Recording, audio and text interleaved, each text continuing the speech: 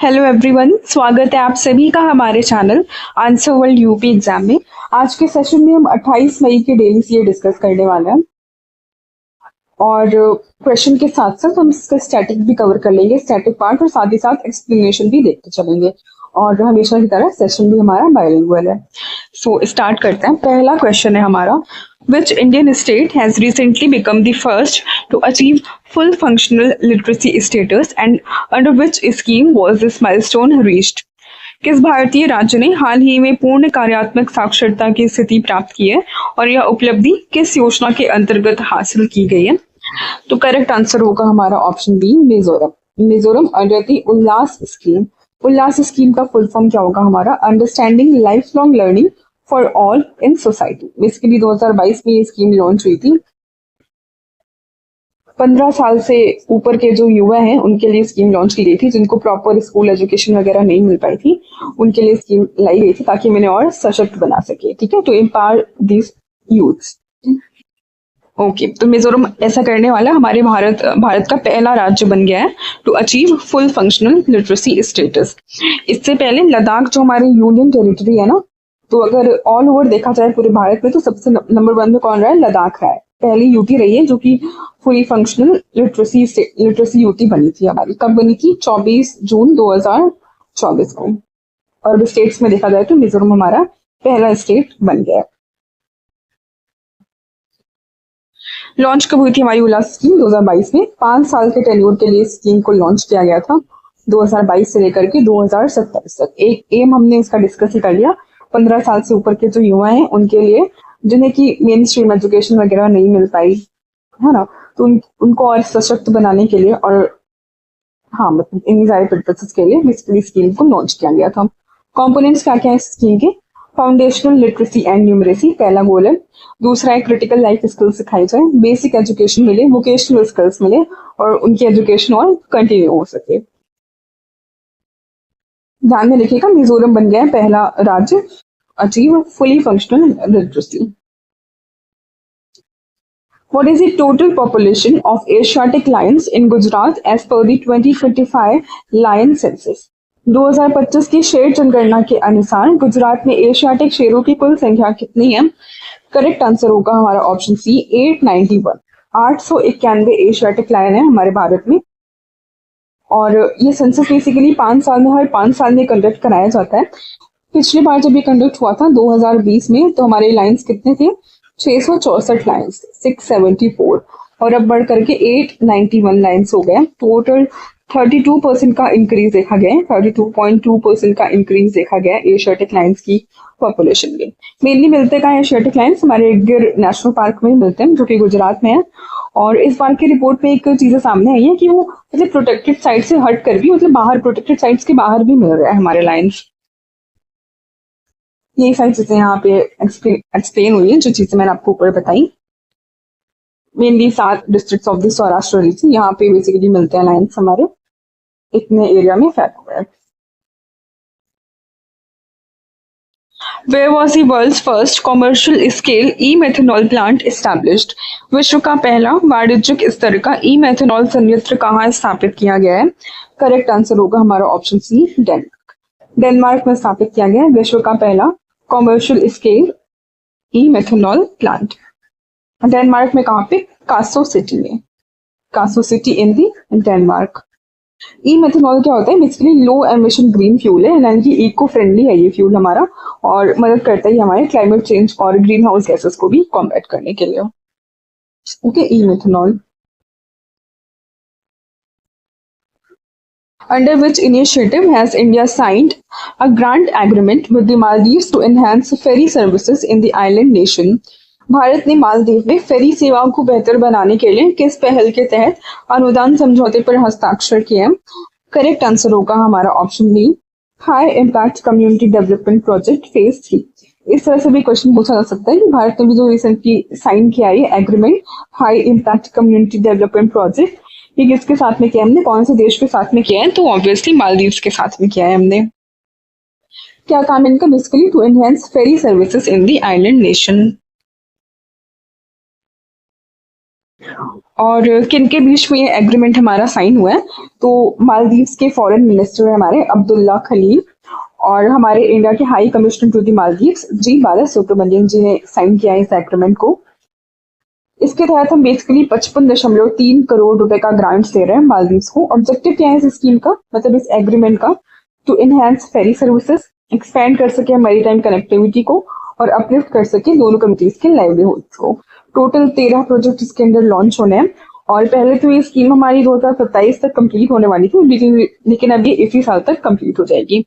Okay, expected to be completed by the end of this year.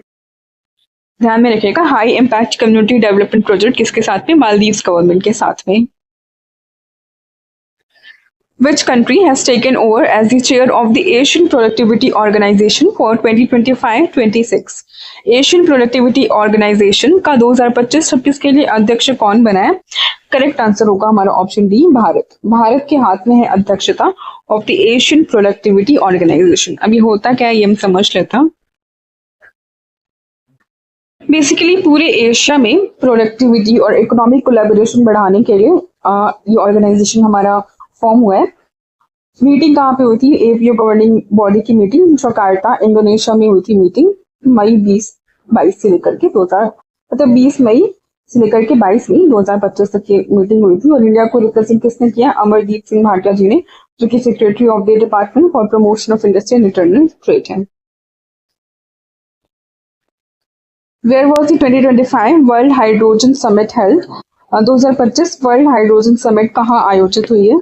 Correct answer होगा option D, Rotterdam, Netherlands. Netherlands में आयोजित हुई है हमारी 2025 की वर्ल्ड हाइड्रोजन समिट।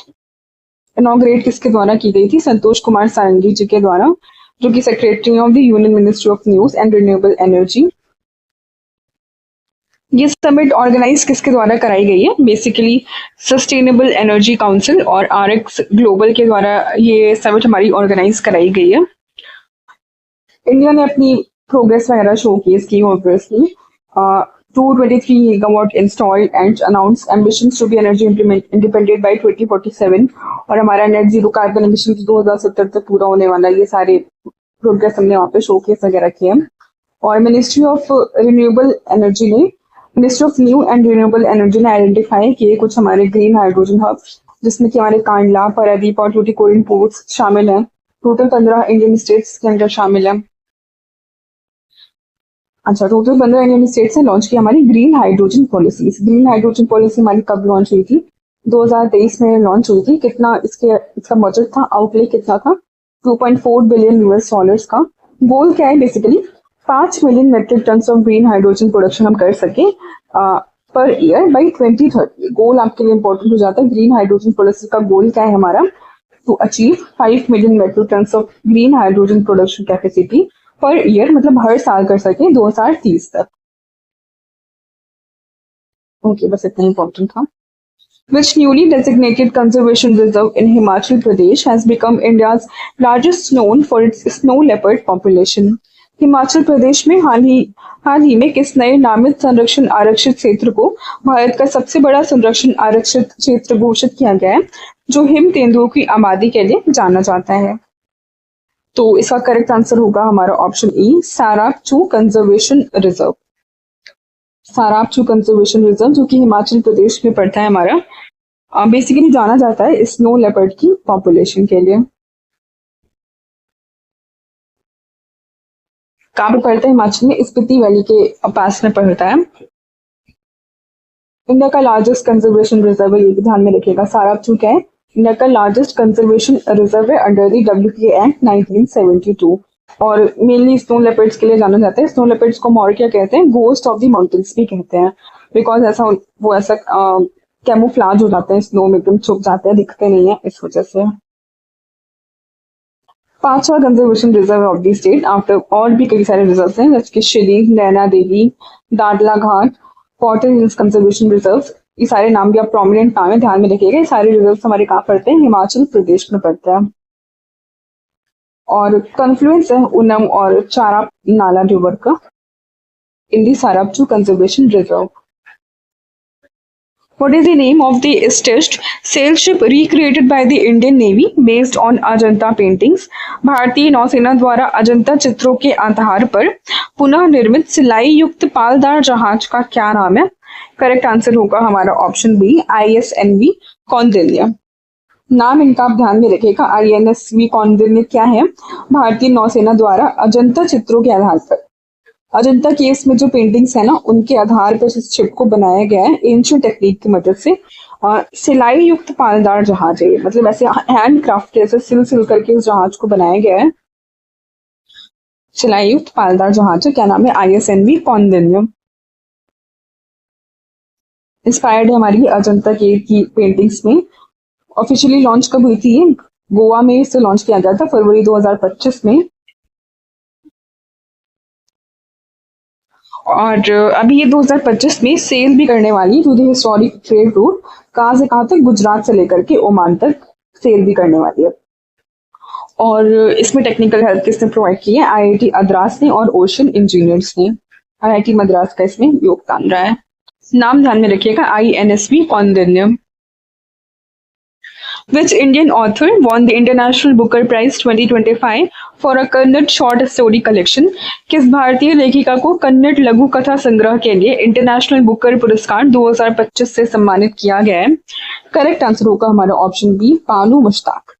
बानू मुश्ताक जी की ये शॉर्ट स्टोरी कलेक्शन रही है। कलेक्शन का क्या नाम है? Heart lamp. ओरिजिनली ये कन्नड़ लैंग्वेज में थी और इसे इंग्लिश में ट्रांसलेट किसने किया है? दीपा भाष्टी जी ने। इनका नाम भी आप ध्यान में रखिएगा, दीपा भाष्टी जी। इन्होंने इसे इंग्लिश में ट्रांसलेट किया है। और इंटरनेशनल बुकर प्राइज बहुत इंपॉर्टेंट अवार्ड है, कई एग्जामिनेशन में पूछ लेता है। वनडे एग्जामिनेशन हो, स्टेट पीसेस वगैरह हो, मतलब सारे एग्जामिनेशन के लिए इंपॉर्टेंट होता है।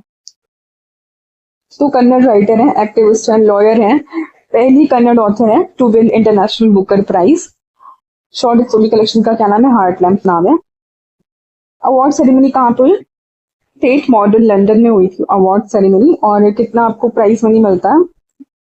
50,000 रुपए का, 50,000 GBP। Who has been appointed as Sudan's first prime minister since the civil war began in April 2023? अप्रैल 2023 में शुरू हुए गृह युद्ध के बाद से सूडान के पहले प्रधानमंत्री के रूप में किसे नियुक्त किया गया है?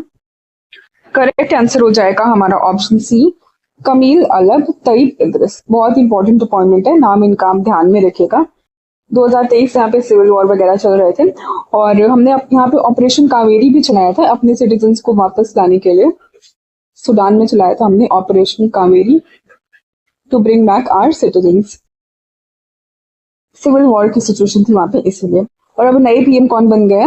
कमिल अल तैयब इद्रिस। नाम ध्यान में रखिएगा। सूडान की कैपिटल क्या है? Khartoum is the capital. Currency चलती है Sudanese pound. Which South American country recently joined China's Belt and Road Initiative to boost exports and investment? चीन की बेल्ट एंड रोड इनिशिएटिव में शामिल होकर निर्यात और निवेश को बढ़ावा देने वाला दक्षिण अमेरिकी देश कौन सा बन गया है? करेक्ट आंसर होगा ऑप्शन डी, कोलंबिया। कोलंबिया ने भी रिसेंटली ज्वाइन किया है चाइना का BRI इनिशिएटिव। ठीक है, चाइना का बेल्ट एंड रोड इनिशिएटिव हमारा लॉन्च कब हुआ था? 2013 में लॉन्च हुआ था। बस बाकी तो आपको पता ही है।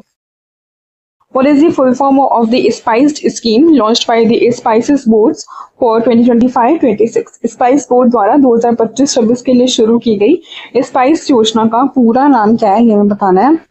तो स्पाइस्ड योजना का नाम है हमारा ऑप्शन सी होगा correct answer, Sustainability in the spice sector through progressive, innovative and collaborative interventions for export development. ध्यान में रखिएगा स्पाइस्ड का फुल फॉर्म। प्रमोट करती है scheme basically sustainable growth, innovation and value addition in the spice export sector. Specially focus किस पे है? Cardamom पे, post harvest improvements, organic production, GI tagged spices. Full form, sustainability in the spice sector through progressive, innovative and collaborative interventions for export development. What is the objective of the भारतीय भाषा summer camp launched by the Ministry of Education in New Delhi? शिक्षा मंत्रालय द्वारा नई दिल्ली में शुरू किए गए भारतीय भाषा समर कैंप का उद्देश्य क्या है? करेक्ट आंसर होगा हमारा option C, to promote foundational literacy and multilingual learning through Indian languages. भारतीय भाषाओं के माध्यम से आधारभूत साक्षरता और बहुभाषीय शिक्षा को बढ़ावा देना, यह ऑब्जेक्टिव है हमारे भारतीय भाषा समर कैंप, जो कि लॉन्च किया गया by the ministry of education in New Delhi. Basically inaugurate किया गया by the education minister Dharmendra Pradhan ji, इन्होंने इसे लॉन्च किया न्यू दिल्ली में। ठीक है, प्रीमियर हो गई टोटल 117 इंडियन लैंग्वेजेस में। डेवलप किसके द्वारा किया गया? एनसीईआरटी और सीआईएल के द्वारा, to support foundational literacy and numeracy using children's mother tongue. ये पॉइंट आप ध्यान में रखिएगा, मदर टंग्स में देने वाले हैं, मातृभाषा में। Which country launched the first batch of AI-powered satellites to build the world's first supercomputer in orbit? किस देश ने कक्षा में दुनिया का पहला सुपर कंप्यूटर बनाने के लिए एआई संचालित उपग्रहों के पहले बैच को लॉन्च किया है? करेक्ट आंसर होगा ऑप्शन डी, चाइना।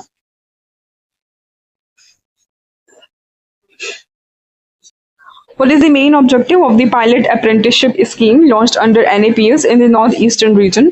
NAPS के तहत उत्तर पूर्वी क्षेत्र में शुरू की गई पायलट अप्रेंटिसशिप योजना का उद्देश्य क्या है? करेक्ट आंसर होगा हमारा option B, provide structured and paid apprenticeship training to youth. Not so important.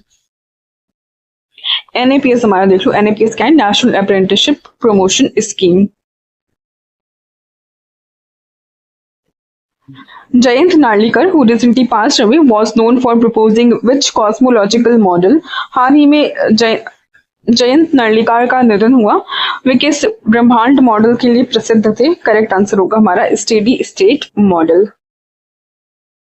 Steady state model. Recently अभी इनकी मृत्यु हो गई है। हमारे रेनाउंड इंडियन एस्ट्रोफिजिसिस्ट हैं जयंत नार्लिकर। कौन है? एस्ट्रोफिजिसिस्ट हैं।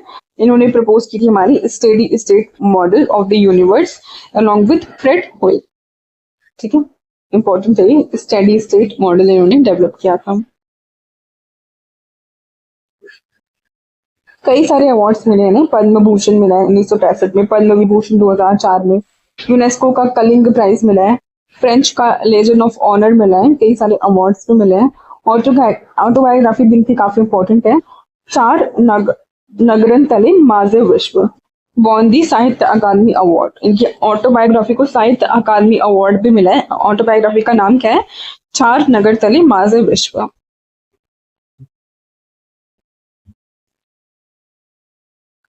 In which village of Arunachal Pradesh was the northeast region's first geothermal production well successfully drilled?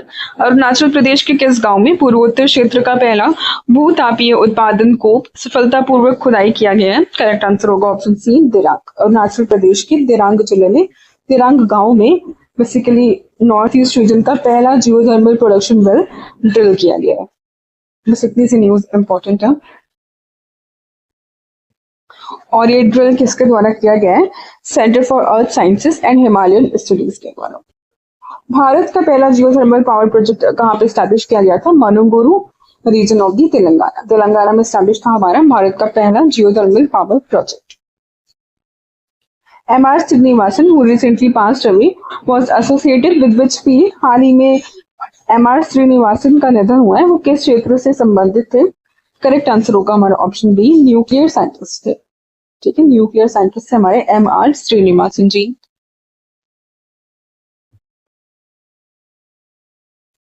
इन्होंने बहुत ही प्रोमिनेंट रोल प्ले किया था in developing India's first nuclear research reactor. Bharat का पहला न्यूक्लियर रिसर्च रिएक्टर, इसका क्या नाम था? अप्सरा था।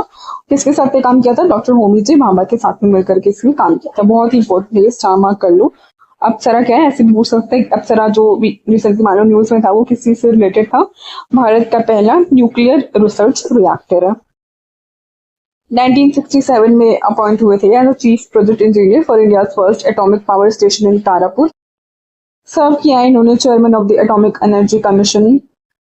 ठीक है, फाउंडर और चेयरमैन थे हमारे nuclear power corporation of India के। बहुत ही प्रोमिनेंट पोजीशन इन्होंने होल्ड किया है। ठीक है, ध्यान में रखिएगा, सारी की सारी ही इंपॉर्टेंट है। इनकी लीडरशिप में 18 न्यूक्लियर पावर यूनिट्स को डेवलप किया गया 2015 में इन्हें पद्म विभूषण से सम्मानित किया गया। डेट याद रखना, 2015 में इन्हें पद्म विभूषण मिला था और 95 साल की उम्र में इनकी मृत्यु हो गई तमिलनाडु में। Very important personality M.R. Srinivasan ji, a famous nuclear scientist, who is known as the father of India's science museum movement and recently passed away। किसे भारत के विज्ञान संग्रहालय आंदोलन का जनक कहा जाता है और हाल ही में उनका निधन हुआ है? करेक्ट आंसर होगा option B, doctor Saroj Ghosh ji. Doctor Saroj Ghosh क्या थे हमारे? Father of India science museum movement.